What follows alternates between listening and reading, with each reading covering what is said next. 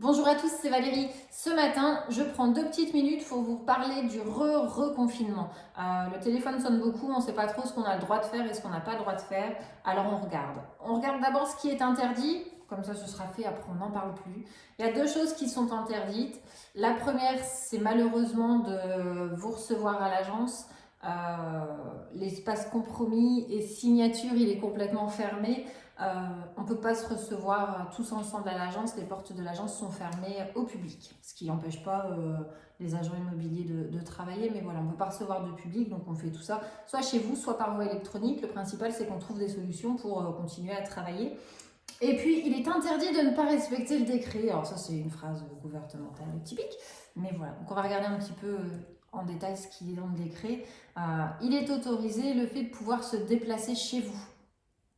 Donc ça veut dire que les estimations ne s'arrêtent pas, vos projets ne s'arrêtent pas, ça c'est très très bien. Les mandats, les signatures de mandats ne s'arrêtent pas, et puis tout ce qui est mise en valeur du bien, donc les prises de photos, les prises de vue pour de la vidéo, tout ça on peut faire, il n'y a pas de souci. Service de gestion locative, il est effectivement et heureusement présent. On ne laisse pas tomber ni nos locataires ni nos propriétaires bailleurs. C'était les seuls d'ailleurs qui avaient été pas impactés par le premier confinement. La location, service de location, de gestion locative, pardon, il a toujours été fonctionnel. Et on a le droit de s'occuper des projets de résidence principale uniquement. Alors il y a beaucoup de particuliers qui avaient un petit peu d'épargne et qui ont la bonne idée en ce moment de reconvertir leur épargne en achat immobilier.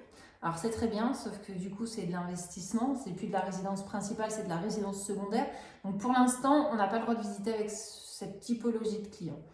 Alors, on n'a pas le droit non plus de faire de la résidence de vacances, ni de la résidence secondaire.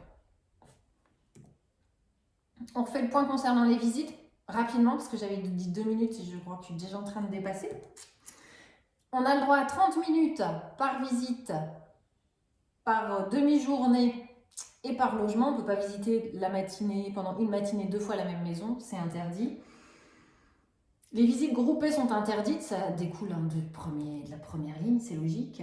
Masque, désinfection des mains, obligatoire. Alors ça, on est rodé maintenant, donc on le fait avant et on refait souvent une petite couche après avoir visité. Il y a une jauge qui a été mise en place, qui est une jauge de 8 mètres carrés par personne dans le logement.